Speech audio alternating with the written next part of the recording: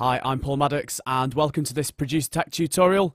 Today I'm going to be walking you through making a old school house beat using Ableton's Push controller.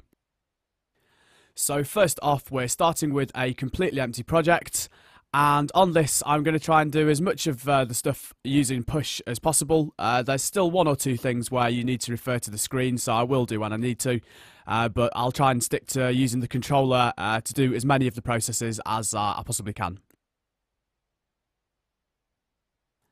So first off, let's start by adding a drum rack to sequence some 909 drums with.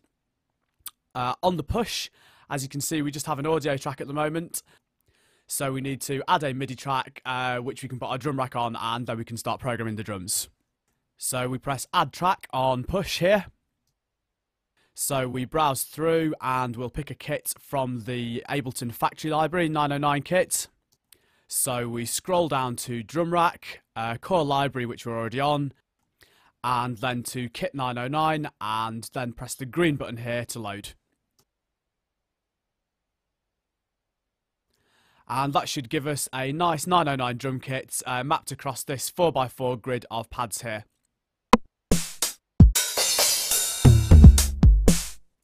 Okay, so that's our basic drum kit. Next thing is to press the browse button here to close the browser. This then puts us into Push's drum sequencer mode.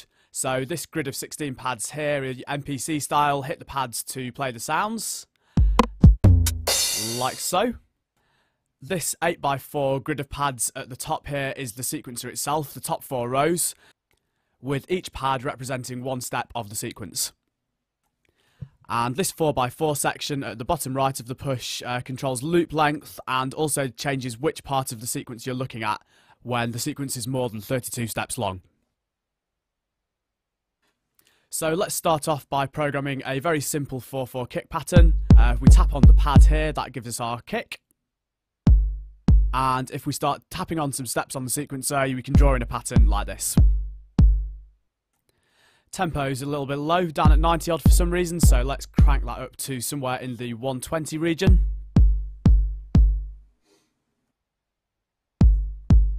As you can hear, this is a 2-bar pattern at the moment, and we've only got kicks in the first bar. So to get started, let's just trim that down to a 1-bar long pattern. So using this section down here, we just press the first button twice. Need to do it quite quickly, and that will change the loop length from 2 bars down to 1 bar.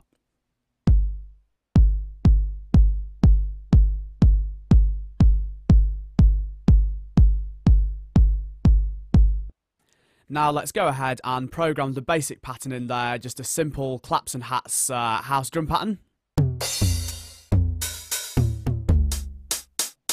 That kind of big closed hat will probably be good for the offbeat, so you select the sound just by tapping the pad, and then we can go in and program a pattern which will, for the purpose of this, do just a simple offbeat for now.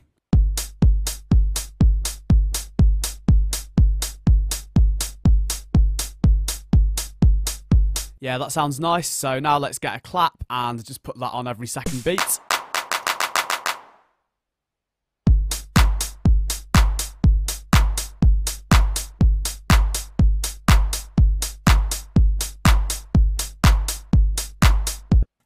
That sounds good, but now let's get another closed hat in there to give the pattern a little bit of swing. So if we find this, the smaller closed hat here. And okay, let's try programming these ones in by recording in real time rather than step sequencing. So very simply, you set the loop playing and hit the notes, and as long as record is enabled, that'll just record the pattern into your groove.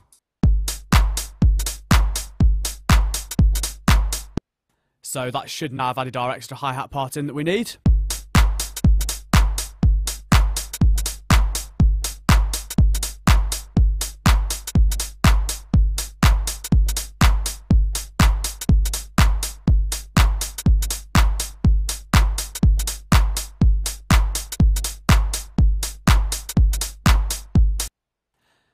So that's sounding pretty nice. The unquantized playing in there gives it a nice bit of swing.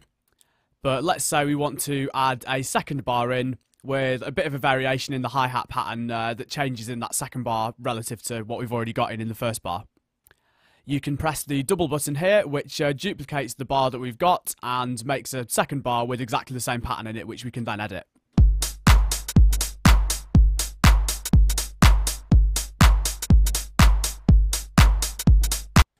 So let's say we want to put an extra little hi-hat hit in on the second bar about there.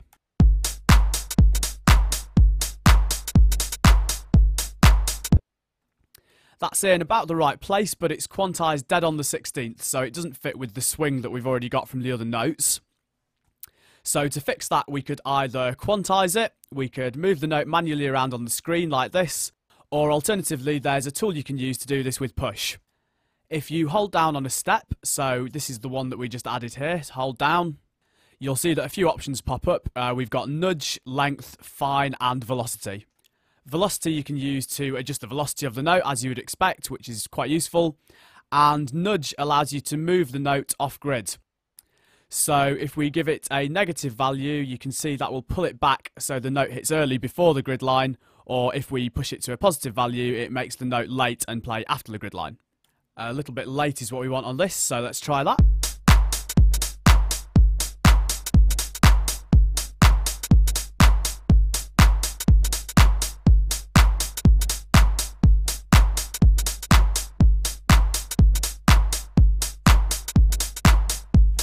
Okay, that sounds good. I don't think we need to worry about quantize at the moment. I think those live notes and the bit of nudge on the other one have given it enough swing.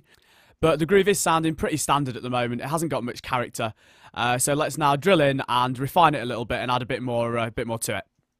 So first job, I think the clap at the moment just isn't sounding quite right. It's not sounding quite the way I want it to. I think it's the length of the reverb on the clap sample itself that's causing the problem. I think we need to trim that down and make that a little bit shorter. So let's go in and using Push to do the editing, we'll change the sample length on the clap to trim the reverb tail off a bit. So up here on the Push display, this area selects which device is currently being edited. I'll switch back to device view on the screen so you can see what's going on in the software as well as on Push. This here kit Core 909 is currently selected, which is the whole drum kit in its entirety. But if we tap on a cell, we have now selected the clap, and as you can see, that's now highlighted up here, and the edit controls are now controlling the clap itself rather than the whole kit. So the default mapping for the knobs is that they're controlling the macro controls of the drum rack, which is what you'd expect because they're the things that you normally need to tweak quickly. But you can actually go in and edit a little bit more deeply by pressing this little arrow button here. That kind of goes in one level of depth. So if we press it twice, we are now editing the actual clap itself. You can see that the controls that we've been given here are sample start, sample length, attack, release, transpose, and volume. Sample start is what we were looking for anyway, so we can wind back on that a bit. And as you can see on screen, that is changing the sample endpoint.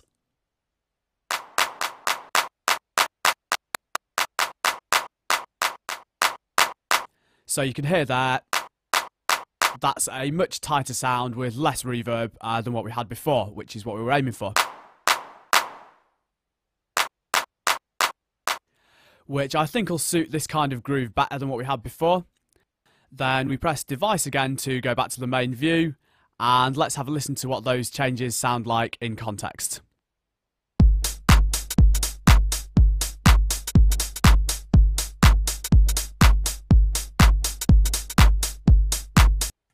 Yeah, that sounds pretty nice, but I think we could do with a bit more variation in the claps as well.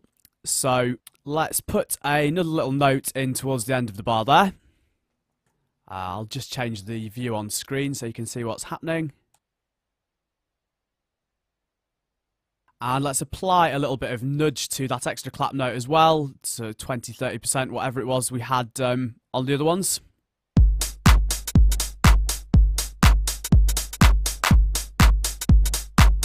Extra hit sounds nice, but it's a bit loud, so let's hold the pad and wind the velocity back a little bit.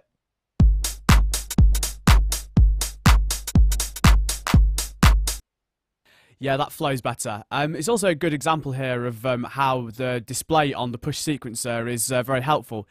You can see that this quieter note here is a lighter shade of blue, whereas these higher velocity ones over here are a bit of a darker shade. So it's really easy to see at a glance what's going on in your sequence.